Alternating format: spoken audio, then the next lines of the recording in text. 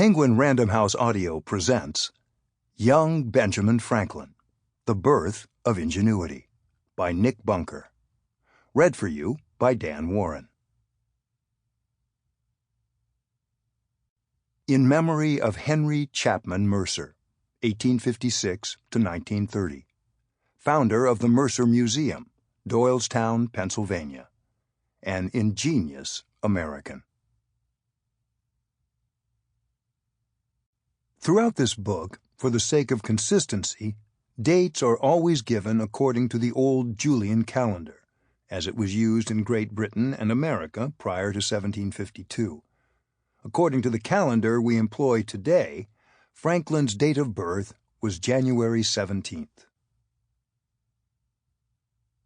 Prologue. The Enigmatic Seer.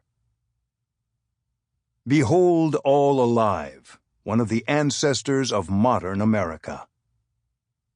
Auguste Rodin, 1910, on the bust of Franklin, by Jean-Antoine Houdon.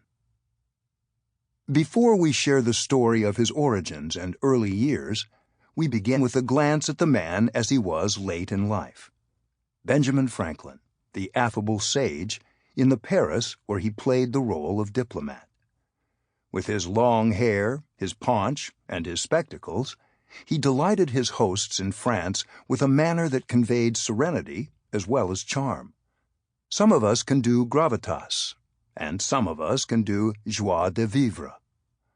But the Franklin of 1780 could do both. It was a rare combination, and all the more exceptional because it seemed to come so easily. As America's envoy to the court of Versailles, Franklin could hush the chatter in a salon merely by pausing for a long while before he replied to a question. An oracle at peace with himself, or so it seemed, Franklin was always friendly and polite, but also rather distant and reserved.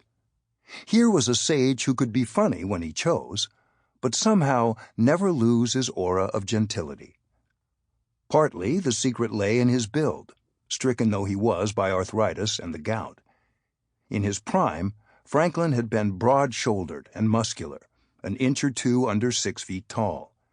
Even now, at 70, leaning on a cane, he struck one French observer as a very big man with an excellent figure. Although Franklin would lounge for hours over breakfast, reading the news from the war with the British, the long legs that stretched out across the floor were still firm and shapely. A very handsome leg, one visitor recalled.